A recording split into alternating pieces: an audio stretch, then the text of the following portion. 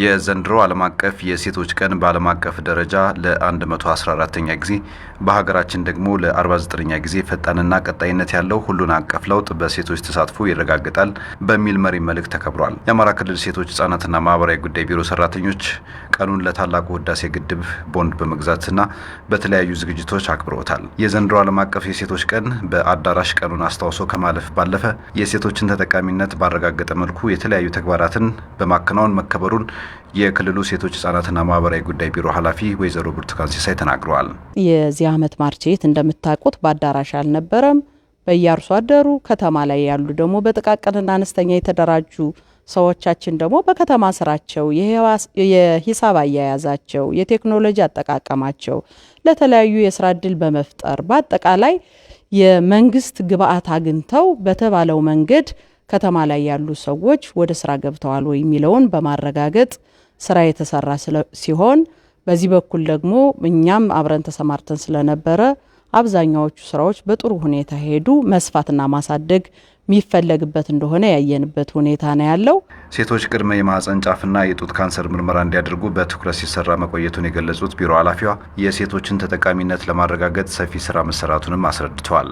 የዛ ዓመት ማርቼት አንዱ ትልቁ ግባችን እናቶችን አጠቃላይ ሴቶችን የማህፀን በር ካንሰር ምርመራ እንዲያደርጉ የጡት ጫፍ ካንሰር ምርመራ እንዲያደርጉ በገጠርም በከተማም በመንግስት ሰራተኛ በኩልም ያለውን ለሁሉም ቢሮዎች ኦፊሻል ደብዳቤ በመጻፍ ከየካቲት 21 እስከ የካቲት 28 በዘመቻ ይሄም የሚሰሩ ጤና ጣቢያዎች በሙሉ ሁለቱን የማህፀን በር ጫፍ ካንሰርና የጡት ካንሰር ምርመራ እንዲያደርጉ ከዛ በኋላ ደግሞ በመደበኛው ደግሞ እስከ መጋቢት 30 ማንኛውም ሰው ሞቢላይዝ ተደርጎ ቢሄድ እንዲሰራ ከጤና ቢሮ ጋር ተነጋግረን ሰፊ ስራዎች እየተሰሩ የመጡበት የኛም ቢሮ የዚህ እድል ተጠቃሚ ሆኖ በባህር ዳር ጤና ጣቢያ የማህፀን በር ካንሰር ምርመራ ያደረግንበት፣ ዛሬ ደግሞ በፈለገ ህይወት ሆስፒታል ደግሞ የጡት ጫፍ ካንሰር ምርመራ ያካሄድንበት ነው። የታላቁ ህዳሴ ግድብ ግንባታ ተጠናቆ ሴቶች ተጠቃሚ እንዲሆኑ ሁሉም ሴቶች ቦንድ በመግዛት የበኩላቸው እንዲወጡ እየተሰራ መሆኑን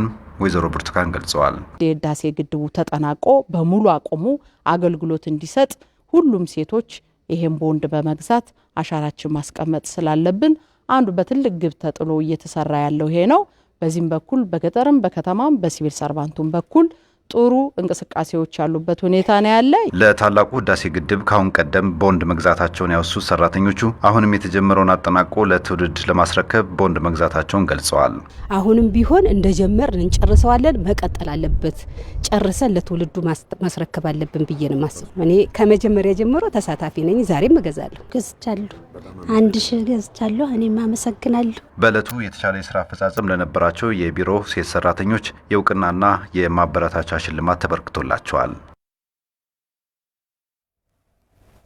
የሴቶችን ተሳትፎ ሁለንተናዊ ለማሳደግ የሚያስችሉ ውጤታማ ስራዎች መከናወናቸው በደቡብ ጎንደር ዞን የደብረ ታቦር ከተማ አስተዳደር ብልጽግና ፓርቲ የሴቶች ክንፍ አስታወቀ። ሴቶች በፖለቲካ ተሳትፎና በውሳኔ ሰጭነት ላይ ሚናቸው ከፍ እንዲል ካለፉት ዓመታት የበለጠ ስራ መሰራት እንዳለበት የደብረ ታቦር ከተማ ሴቶች ተናግረዋል። መረጃው የከተማ አስተዳደሩ የመንግስት ኮሚኒኬሽን ነው። አለምነሽ ንጉሴ ታቀርበዋለች።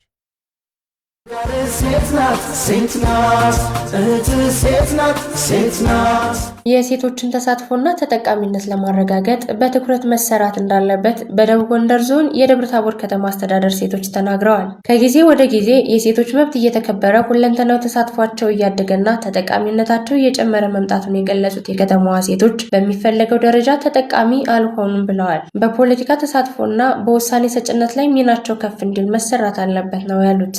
በኢኮኖሚውም ፖለቲካ ዘርፉም ብዙ ሴቶች እየወጡ ያለበት ሴቶች ወደ አደባባይ ከመውጣታቸው በተጨማሪ ይሄ ቀን ከመከበሩም በተጨማሪ ብዙ አስተዋጽኦ እንዲኖረው ሴቶች ወደ መድረክ እንዲመጡ ለማድረግ ብዙ አስተዋጽኦና ጥቅም አለው ማርቼት መከበሩ። ያንዳንዱ በፖለቲካም በያንዳንዱ ነገር እኩል እንድንሳተፍ እኩል ያለን ተሰሚነትም እኩል እንድንሆን አድርጎናል። ማርቼት ሴት የሌለችበት ነገር አዋጭነት የለውም። በሁሉም ቦታ ላይ ሴት አስፈላጊ ናት እና ሴቶች እኩል እየተጠቀሙ ነው ወይ ተጠቃሚነታቸውን አረጋግጠዋል ወይ የሚለው ያው ብዙ ሙሉ ባይሆንም ከበፊቱ የተሻለ ነው። አሁን ያለው አሁን እየሄደ ያለበት መንገድ የተሻለ ነው።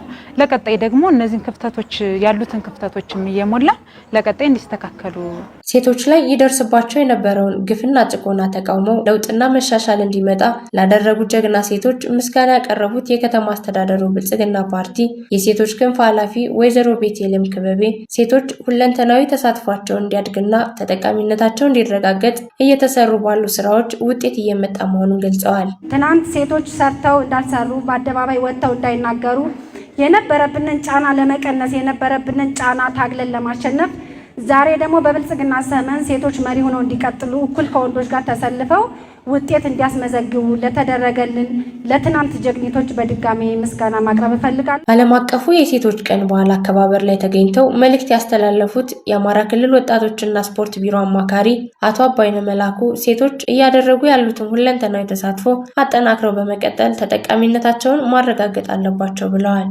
የሴቶች መብት ተጠቃሚነት የሚረጋገጠው በሴቶች ትግል ብቻ አይደለም፣ በወንዶች አጋርነትም ጭምር። ስለዚህ የወንዶችን አጋርነት በሚጠቅም አደረጃጀቶች ላይ ድጋፎች ላይ እንቀጥል። አንዱ እሱ ነው። ሁለተኛ የመሪነት ሚናን እንቀበል፣ ኃላፊነትን አንሽሽ። ኃላፊነትን በተቀበልን ቁጥር የሴቶች መብት፣ የሴቶች ተጠቃሚነት፣ የሴቶች ተደማጭነት፣ የሴቶች ብቃት ይታያል። ሴት ልጅ በብልሃት ትመራለች፣ ችግር ትፈታለች። መምራት በሚችል ደረጃ ስታንዳርድ ሴቶች ይችላሉ። የሴቶችን አደረጃጀቶች አጠናክሮ በማስቀጠል ሴቶች ላይ የሚደርሱ ችግሮችን መፍታት እንደሚገባም አቶ አባይነ አስገንዝበዋል።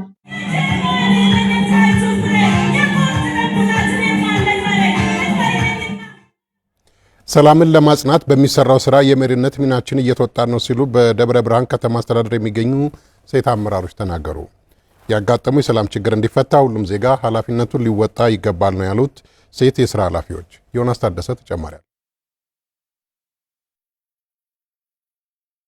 በክልሉ ያጋጠመው የሰላም እጦት በሁሉም ዘርፍ መስቅልቅልን እያስከተለ ነው። ይህንን የሚገልጹት አመራሮቹ በተለይም በዚህ ወቅት ሴቶች ላይ የሚፈጠረውን ጫና አስረድተዋል። እንግዲህ ሴቶች በቀውስ ጊዜ ብቻ አይደለም በመሪነት ደረጃ ሲሆኑ የሚፈተኑት። ቀውስ ሳይኖርም ሴቶች ድርብ ኃላፊነት ነው ያለባቸው። ቤተሰብ ይመራሉ፣ ያስተዳድራሉ፣ ተቋም ይመራሉ፣ ህዝብ ይመራሉ። ስለዚህ ትልቅ ኃላፊነት ነው ያለባቸው።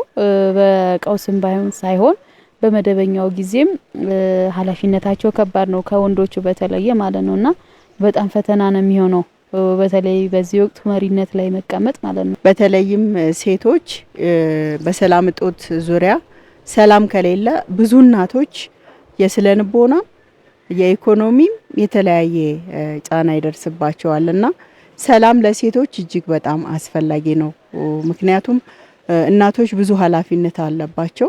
የልጆቻቸውን ሰላም ይፈልጋሉ፣ የቤተሰባቸውን ሰላም ይፈልጋሉ፣ የአካባቢያቸውን ሰላም ይፈልጋሉና ሰላም ለሴቶች በጣም ሁለንተናዊ ነገር ነው። የችግሩን አንገብጋቢነት በመረዳትም ሰላምን ለማረጋገጥ የተለያዩ ስራዎች በመከናወን ላይ ስለመሆናቸውም ነው የሚገለጸው። እንግዲህ ሰላምን ለማምጣት እኛ እንደ ተቋም ማለት ነው በርካታ ስራዎች እየተሰሩ አሉ።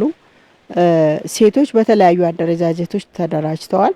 አሁን ላይ በተለይ በዚህ አመት የተቋቋመው የሴቶች የልማት ህብረት የሚባለው አደረጃጀት ሴቶች በአካባቢያቸው ሰላም ጉዳይ ስለ ሰላም በልጆቻቸው በባለቤቶቻቸው አስተሳሰብ ስለ ሰላም ባላቸው አስተሳሰብ ጉዳይ ይመክራሉ።